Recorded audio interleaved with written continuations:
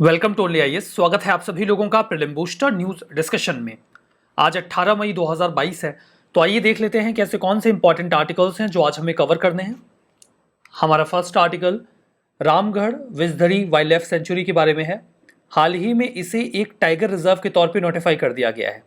आपकी जानकारी में हो गया कि भारत में वर्तमान में 51 टाइगर रिजर्व्स हैं और इस एडिशन के बाद टाइगर रिजर्व्स की संख्या 52 हो गई है। तो जो लेटेस्ट टाइगर रिजर्व भारत में बना वो कौन सा है? Ramgarh Vishdhari wildlife century, जिसे अभी हाल ही में टाइगर रिजर्व का दर्जा दे दिया गया। लोकेशन क्या है? राजस्थान में है प्राइमरली, ये आपको याद रखना है कि ये राजस्थान में लोकेटेड है।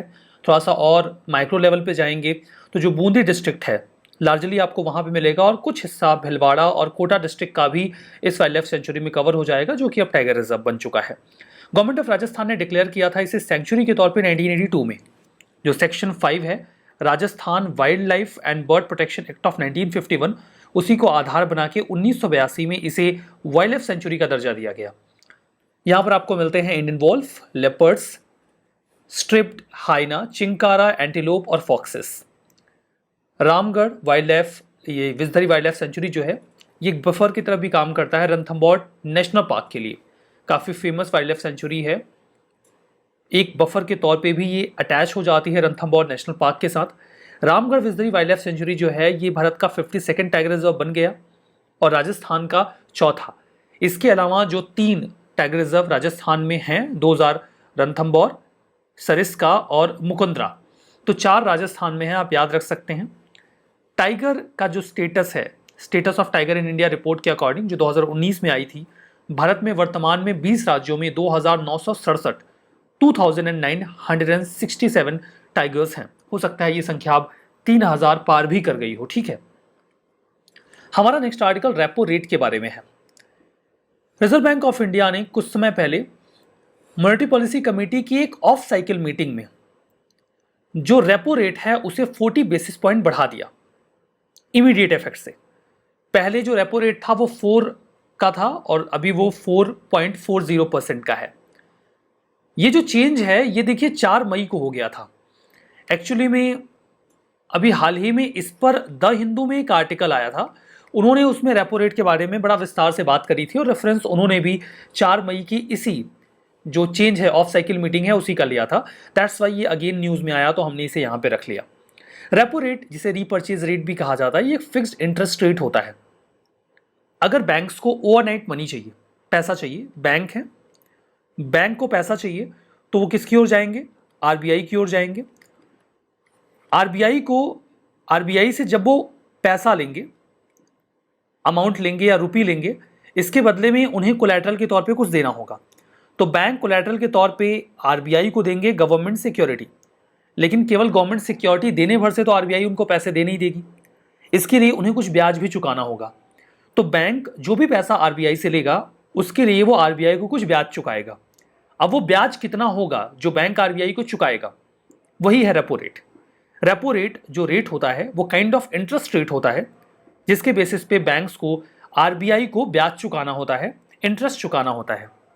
रेपो रेट जितना ज़्यादा बढ़ेगा बैंक्स उतना ज़्यादा डिसइंसेंटिवाइज होंगे आरबीआई से पैसे लेने को लेकर।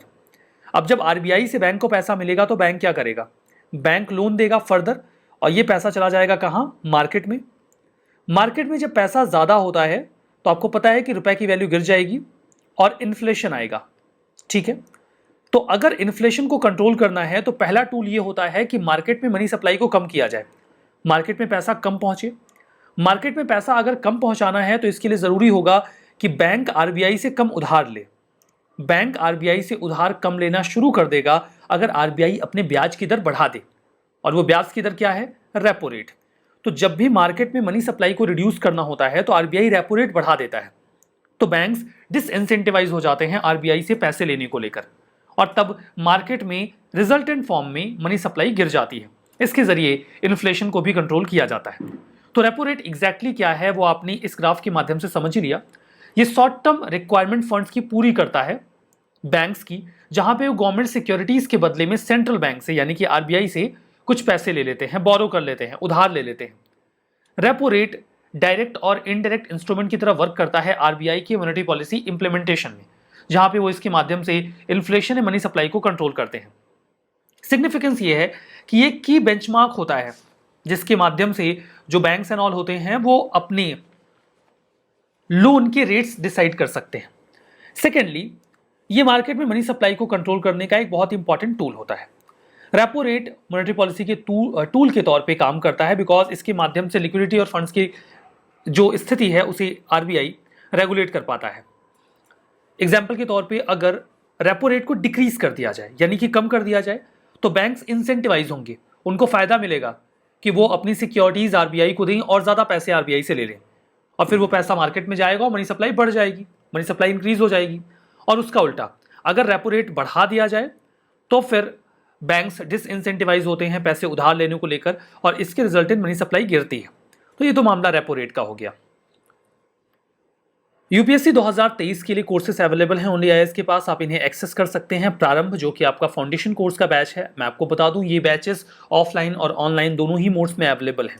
इसके अलावा अगर आप सिस्टमेटिकली एकदम टाइम टेबल के साथ प्रिपेयर करना चाहते हैं सो यू हैव आईडीएमपी, आप इसका भी इस्तेमाल कर सकते हैं। कोर्सेज को ज्वाइन करना है तो प्रारंभ को ज्वाइन करने के लिए ऑनलाइन मोड में आपको जाना होगा video.onlyas.in में और आईडीएमपी के लिए आपको dpp.onlyas.in पे जाना होगा।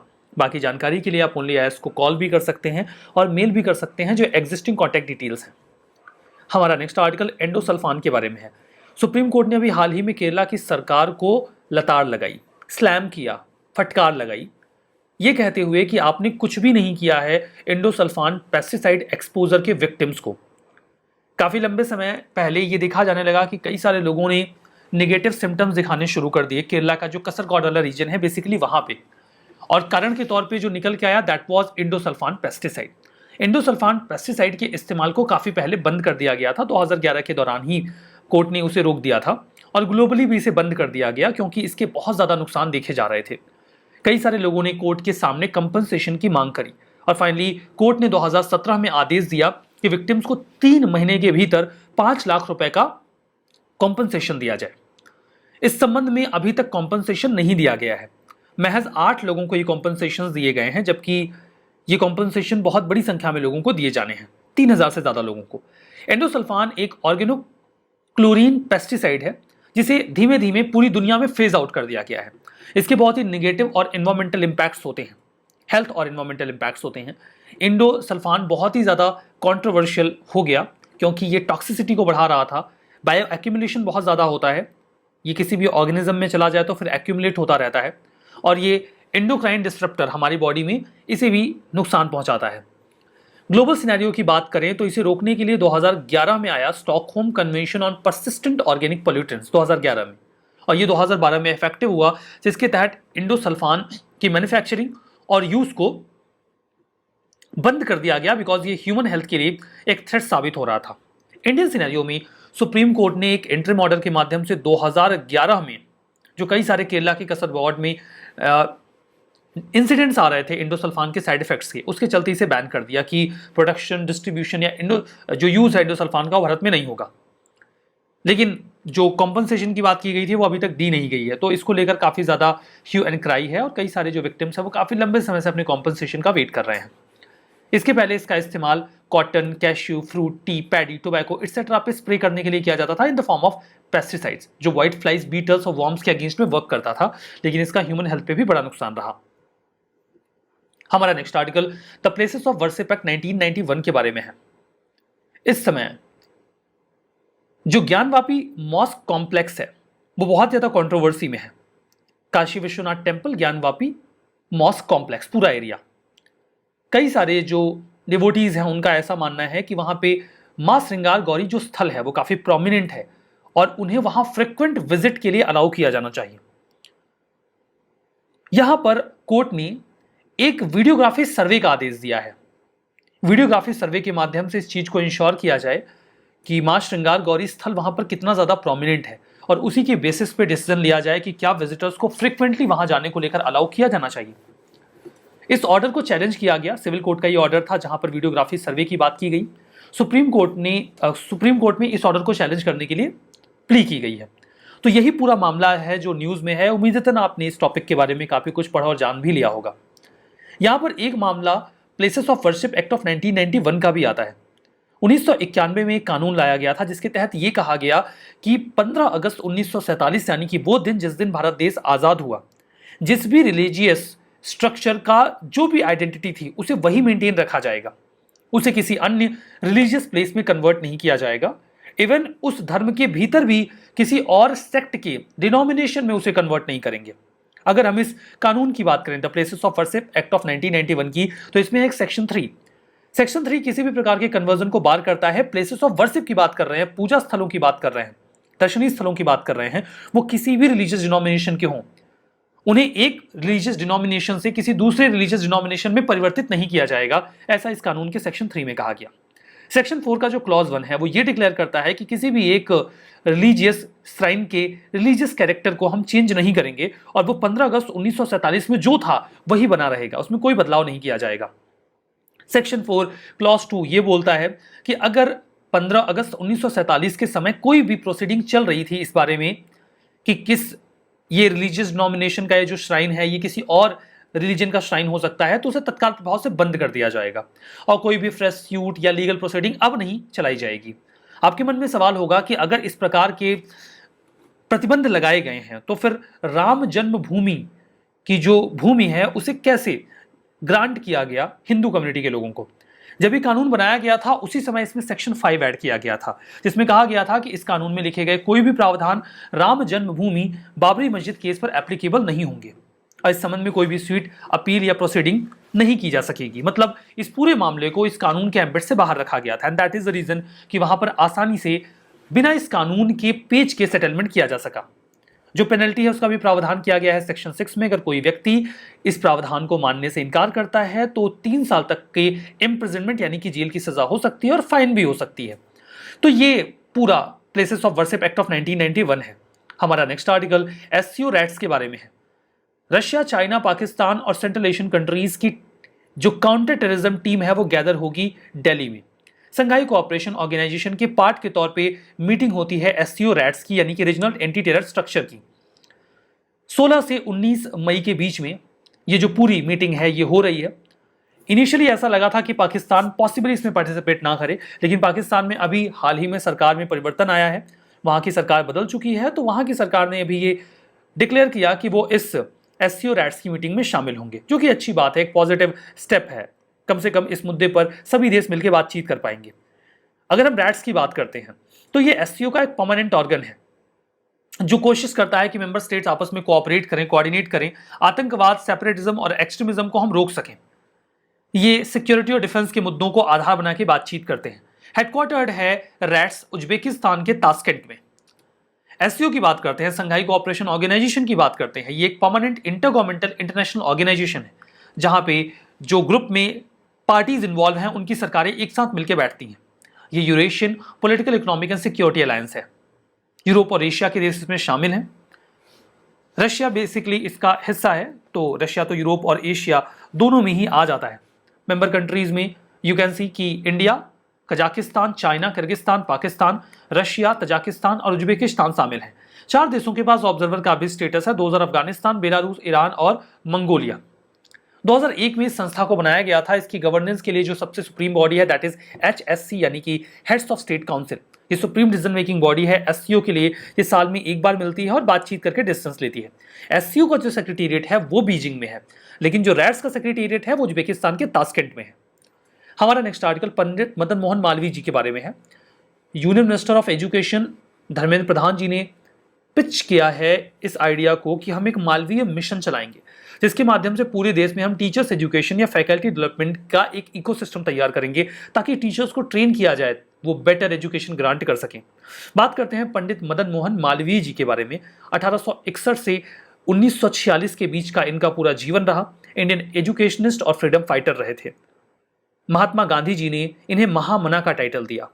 कई दफा कौन टाइटल किसको दे रहा है पूछ लिया जाता है यूपीएससी में भी, तो महात्मा गांधी जी ने ही पंडित मदन मोहन मालवीय जी को महामना पंडित मदन मोहन मालवीय ये टाइटल दे दिया था, महामना टाइटल दे दिया था। अपने स्कूल डेज में ही उन्होंने पोएम्स लिखना शुरू कर दिया था पेन नेम मकरंद के नाम से, और कई सारे जर्नल्स और मैगजीन्स भी इन्होंने अपनी उसमें कंट्रीब्यूट किया। फ्रीडम मूवमेंट के दौरान ये एक मॉडरेट लीडर रहे।